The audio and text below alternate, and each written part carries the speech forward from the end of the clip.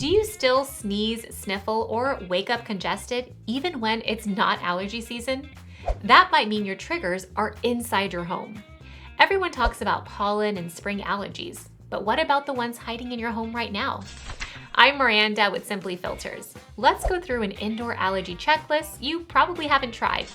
Most people think allergies only come from outdoors, but the truth is, your home can hold plenty of sneaky triggers that affect how you breathe and feel every day. Here's your quick indoor allergy checklist. Air filters. Check them monthly. A clogged filter just circulates dust and dander back into your space. Bedding. Wash sheets and pillowcases weekly in hot water to kill dust mites. Vacuum.